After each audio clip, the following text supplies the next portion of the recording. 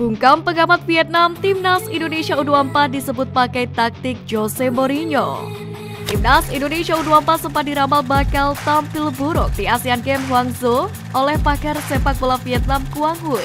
Dalam kesempatan ini, ia membandingkan nasib 4 tim Asia Tenggara yang tampil di Asian Games 2022, termasuk salah satunya Timnas U23 Indonesia, dan menilai pasukan Indra Syafri memiliki kesempatan paling sedikit untuk bisa lolos ke babak 16 besar.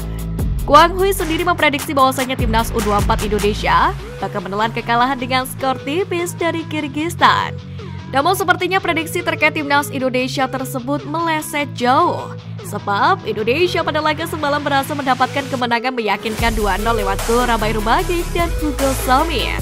Dalam hal ini pelatih kepala Timnas U24 Indonesia Indra Syafri mengaku memang sempat kesulitan di babak pertama karena kemungkinan pemain masih tegang. Hal itu karena skuad Garuda Muda masih menyesuaikan dengan situasi turnamen.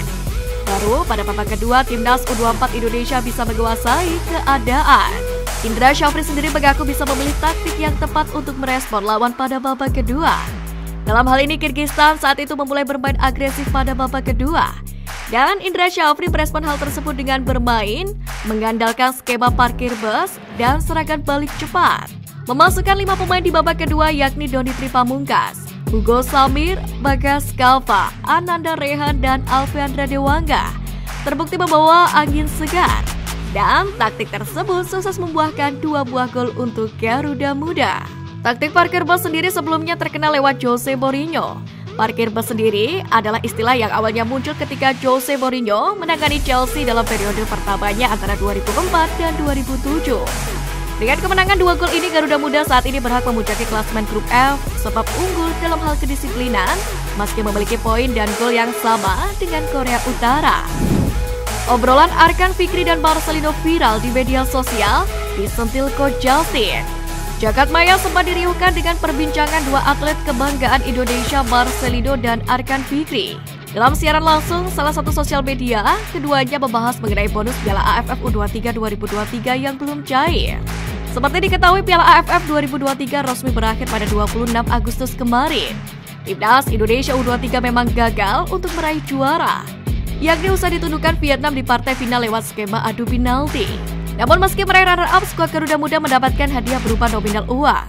Jika mengacu pada tahun sebelumnya, Timnas Indonesia U23 tetap mendapatkan hadiah $100.000 Amerika Serikat. Selain itu, juga ada bonus tersendiri dari PSSI. Namun seiring berjalannya waktu, ternyata hadiah tersebut belum cair hingga saat ini. Hal itu diutarakan oleh Arkan Fikri. Awalnya, Marcelino membuka pembahasan dengan menanyakan ke Arkan, namun jawaban itu sontak mendapatkan respon dari Marcel yang pesimis dengan bonus yang diterimanya. Terlepas dari hal tersebut, baik Arkan Fikri maupun Marcelino Ferdinand telah membawa skuad Garuda Muda menjadi lebih baik.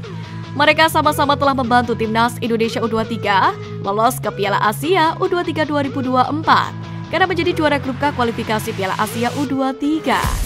Di sisi lain, Marcelino sendiri sempat mendapatkan sentilan dari pengamat sepak bola sekaligus ex-pelatih Timnas Futsal Indonesia Justinus Laksana, di mana dirinya dianggap terlalu show off atau membuktikan apabila dirinya hebat.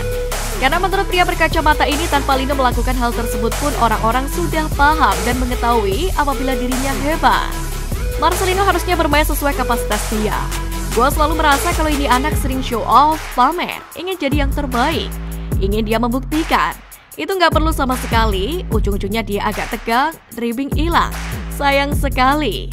Di Belgia sendiri juga dia nggak selalu mainkan, tapi bermain efisien itu memang nggak gampang. Marcelino, singkirkan egomu, orang sudah tahu kamu yang terbaik dari bakat-bakatmu, kata Coach Justin. Namun demikian, Coach Justin juga mengakui bahwa tidak adil untuk mengkritik Marcel terlalu keras, mengingat pemain muda tersebut masih dalam tahap pengembangan dan mencari lebih banyak pengalaman bermain.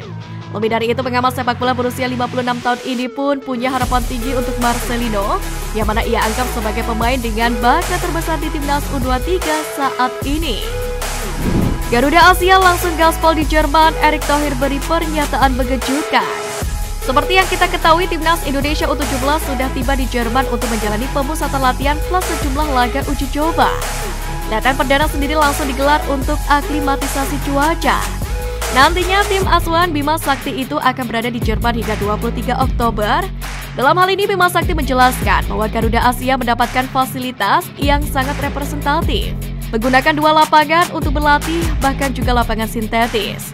Garuda Asia menggelar latihan adaptasi selama 45 menit. Iqbal Gujangge sendiri saat baru tiba di Jerman telah menyempatkan dulu untuk melihat kandang Borussia Mönchengladbach. Bahkan Bima Sakti menyebut pada akhir pekan Garuda Asia akan menonton pertandingannya sebagai motivasi dan pengalaman pemain muda. Sementara itu persiapan juga terus dilakukan di dalam negeri, seremoni hingga kesiapan venue.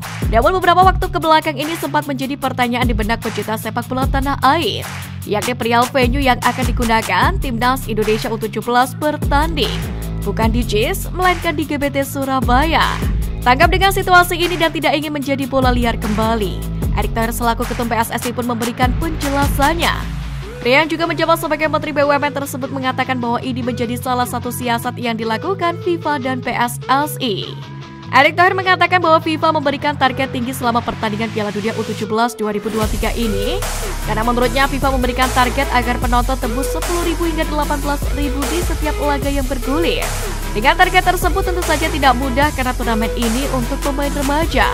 Untuk itu, agar target ini bisa terrealisasi, PSSI dan FIFA menyiasati dengan melihat hasil drawing Piala Dunia U17 kemarin. Mantan Presiden Inter Milan itu pun mengatakan setelah melihat hasilnya, Garuda Asia mendapatkan lawan-lawan yang cukup baik dan tidak terlalu ringan itu. Kemudian PSSI dan FIFA pun sepakat untuk menempatkan Timnas U17 Indonesia di GBT.